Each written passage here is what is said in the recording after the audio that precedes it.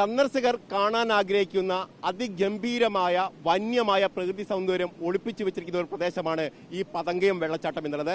നമുക്ക് ദൃശ്യങ്ങൾ നോക്കിയാൽ തന്നെ അത് കാണാൻ. കാരണം ഉദിച്ചു വരുന്ന സൂര്യൻ അതിലോടൊപ്പം തന്നെ വലിയ നല്ല രീതിയിൽ പതഞ്ഞു നുരഞ്ഞു പോകുന്ന ഈ വെള്ളച്ചാട്ടം താഴോട്ട് നോക്കിയാലും അതേ രീതിയിൽ തന്നെ ഇത്തരത്തിൽ പതഞ്ഞു ഒഴുകിപ്പോകുന്ന വെള്ളമാണ് നമുക്ക് കാണാൻ കഴിയുന്നത്. പക്ഷേ അതീവ ഗൗരവമായ അതീവ അപകട സാധ്യതയുള്ള ഒരു പ്രദേശം കൂടിയാണ് പതങ്കയം എന്ന് പറയുന്നത്.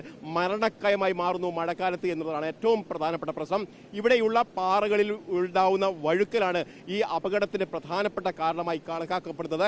കാരണം മഴ പെയ്യുന്നതോടുകൂടി അല്ലെങ്കിൽ നനയുന്നതോടുകൂടി തന്നെ ഈ പാറയിൽ പറ്റിപ്പിടിച്ചിരിക്കുന്ന ഈ പൂപ്പൽ പായൽ വലിയ തരത്തിൽ വഴുക്കൽ സൃഷ്ടിക്കുന്നു.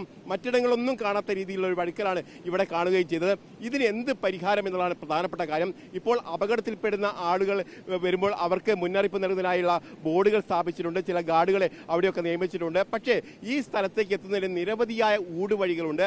ആ ഊടുവഴികളിലൂടെയും അതോടൊപ്പം തന്നെ ഗാർഡുകളൊക്കെ പറയുന്നത് കേൾക്കാതെയുമാണ് പലരും ഇവിടേക്ക് വരുന്നത് എന്നുള്ളതാണ് പ്രധാനപ്പെട്ട കാര്യം. ഏതായാലും ഇവിടെ ഒരു തൂക്കുപാലം സ്ഥാപിച്ചു കഴിഞ്ഞാൽ ഈ പ്രശ്നങ്ങൾക്ക് പരിഹാരമാകുമെന്നുള്ള ഒരു നിഗമനമുണ്ട്. നേരത്തെ ഒരു തൂക്കുപാലം ഇവിടെ ഉണ്ടായിരുന്നു, നമുക്ക് ദൃശ്യങ്ങളിൽ കാണാം. വർഷങ്ങൾക്ക് മുമ്പ് തകർന്നു പോയ ഒരു തൂക്കുപാലമാണ്. ആ തൂക്കുപാലം പുനഃസ്ഥാപിച്ചു കഴിഞ്ഞാൽ അല്ലെങ്കിൽ പുതിയത് ഇവിടെ നിർമ്മിച്ചു കഴിഞ്ഞാൽ ഈ പ്രശ്നത്തിന് ഒരു പരിധിവരെ പരിഹാരം കാണാൻ കഴിയുമെന്നാണ് നമുക്ക് മനസ്സിലാക്കാൻ കഴിയുന്നത്. താഴത്തും ഇതുപോലത്തെ ഒരു വെള്ളച്ചാട്ടമുണ്ട്. അവിടെയും നിരവധി മരണങ്ങളൊക്കെ നേരത്തെ റിപ്പോർട്ട് ചെയ്തിരുന്നു. അവിടെ തൂക്കുപാലം സ്ഥാപിച്ചതോടുകൂടി തന്നെ അവിടെ മരണങ്ങൾ ഇത്തരത്തിലുള്ള അപകടങ്ങൾ കുറയ്ക്കാൻ കഴിഞ്ഞു എന്നുള്ള കാര്യമാണ് പ്രധാനപ്പെട്ട കാര്യം. ഏതായാലും ഇവിടെ തൂക്കുപാലം നിർമ്മിക്കുന്നതിന് ആവശ്യമായ നടപടികളിലേക്ക് പോകണം എന്നുള്ളൊരു ആവശ്യം പ്രധാനമായും ഉയർന്നുണ്ട്. അതോടൊപ്പം തന്നെ ഇത്തരത്തിൽ ശക്തമായ മഴ പെയ്യുന്ന ഈ ഘട്ടത്തിൽ ഇവിടേക്ക് സന്ദർശകരെ അനുവദിക്കാതെ ശക്തമായ മുന്നറിയിപ്പ് നിലയ്ക്കൊണ്ട് അവരെ തിരിച്ചയക്കാനുള്ള ശ്രമം നടത്തണമെന്നുള്ള ആവശ്യം കൂടി ഉയർന്നു വരുന്നുണ്ട്. ഇവിടെ നമുക്ക് പഞ്ചായത്ത് മെമ്പർ നമുക്കൊപ്പമുണ്ട്. ഇവിടെ തൂക്കുപാലവുമായി ബന്ധപ്പെട്ട് അവരോട് നമുക്ക് ചോദിക്കാം, ഈ തൂക്കുപാലം സ്ഥാപിക്കുന്നതിന് ആവശ്യമായ എന്തെങ്കിലും നടപടികൾ പഞ്ചായത്തിന്റെ ഭാഗത്ത് ഉണ്ടായിട്ടുണ്ടോ? തൂക്കുപാലം സ്ഥാപിക്കാൻ വേണ്ടി പഞ്ചായത്തിന്റെ ഭാഗത്ത് നടപടി ഉണ്ടായിട്ടുണ്ട് സാർ.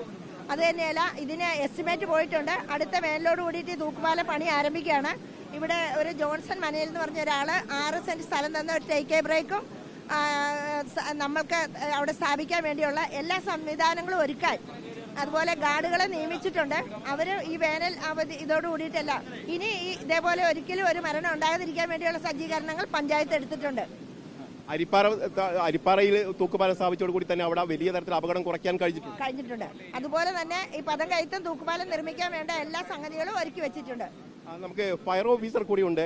നമുക്ക് ഇവിടെ സുരക്ഷ ഒരുക്കുന്നതിന് എന്തൊക്കെ ക്രമീകരണങ്ങളാണ് ഒരുക്കാൻ കഴിയുക?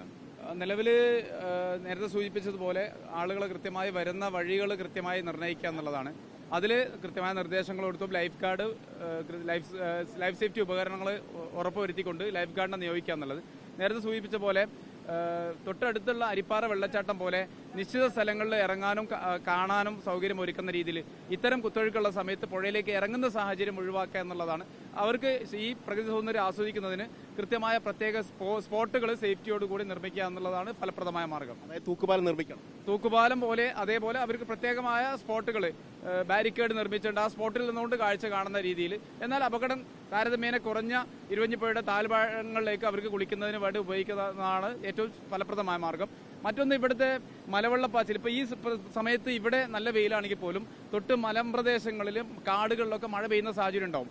ആ മലവെള്ളപ്പാച്ചിൽ പെട്ടെന്ന് വരുന്ന സമയത്താണ് ഈ കുളിക്കുന്ന ആൾ അപകടപ്പെടുത്തുന്നത്. അപ്പം കാലാവസ്ഥയും ഈ പ്രദേശത്തുള്ള ആളുകളുടെ അഭിപ്രായ നിർദ്ദേശങ്ങൾ തേടിയിട്ട് മാത്രമേ പരിചയമില്ലാത്ത സ്ഥലങ്ങളിലേക്ക് വരാവൂ എന്ന് നിർബന്ധ ബുദ്ധിയോടെ നമ്മൾ കാണേണ്ടതുണ്ട്. ഏതായാലും മുന്നറിയിപ്പ് അവഗണിക്കരുത്. ഇവിടെ നാട്ടുകാരുള്ള ആളുകളുണ്ട്, അതോടൊപ്പം തന്നെ ഗാർഡുകളവർക്ക് നൽകുന്ന നിർദ്ദേശങ്ങൾ അംഗീകരിച്ചുകൊണ്ട് മാത്രമേ പുഴയിൽ ഇറങ്ങാൻ കഴിയൂ പാടുള്ളൂ എന്നാണ് ഇവർ പറയുന്നത്. അതോടൊപ്പം തന്നെ മുകൾ ഭാഗത്ത് മഴ പെയ്യുന്നത് പലപ്പോഴും നമ്മൾ അറിയാറില്ല. അതുകൊണ്ട് തന്നെ ഈ നദിയിൽ കുത്തൊഴുക്ക് വരാനുള്ള സാധ്യത കൂടിയുണ്ട്. അതുകൂടി മനസ്സിലാക്കി വേണം പുഴയിൽ ഇറങ്ങാൻ എന്നുള്ള കാര്യമാണ് പറയുന്നത്. മറ്റൊരു പ്രധാനപ്പെട്ട കാര്യം എന്ന് പറയുന്നത് ഈ പുഴയുടെ വഴുക്കലാണ്. കാരണം ഈ പാറക്കെട്ടുകളൊക്കെ നമുക്ക് നോക്കിയാൽ കാണാം, വലിയ തരത്തിലുള്ള വഴുക്കലുകൾ നമുക്കിവിടെ പ്രകടമാണ്. കാരണം മിനുസമുള്ള പാറയാണ്. അതോടൊപ്പം തന്നെ പ്രത്യേക തരത്തിലുള്ള പൂപ്പലാണ് ഇവിടെയുള്ളത്.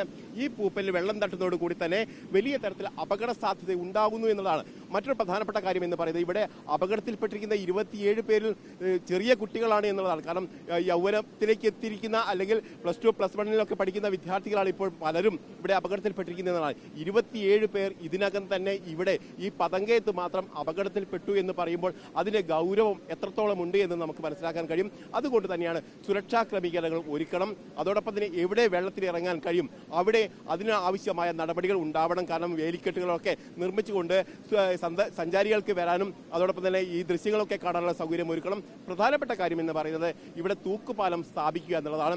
അതിനുള്ള നടപടികൾ പഞ്ചായത്തിന്റെയും ടൂറിസം വകുപ്പിന്റെയും ഭാഗത്ത് തുടങ്ങിയിട്ടുണ്ട് എന്ന് പറയുന്നു. പക്ഷേ ഇപ്പോഴും അത് പ്രായോഗിക തലത്തിൽ വന്നിട്ടില്ല എന്നുള്ളതാണ് ഏറ്റവും പ്രധാനപ്പെട്ട പ്രശ്നം. ഏതായാലും ഇക്കാര്യത്തിലൊക്കെ പരിഹാരമുണ്ടാവണം. ആ പരിഹാരമുണ്ടാവുന്നത് വരെ സന്ദർശകർ ഇത്തരം അപകടകരമായ സാഹചര്യത്തിൽ ഇവിടേക്ക് വരരുത് എന്നുള്ള നിർദ്ദേശമാണ് അധികാരികളുടെയും ഫയർഫോഴ്സിന്റെയും ഒക്കെ ഭാഗത്തും ഉണ്ടാവുന്നത്. ഷബീർ വടക്കേക്കരിക്കൊപ്പം reporter A K Abhilash, in reporter, Kozhikode.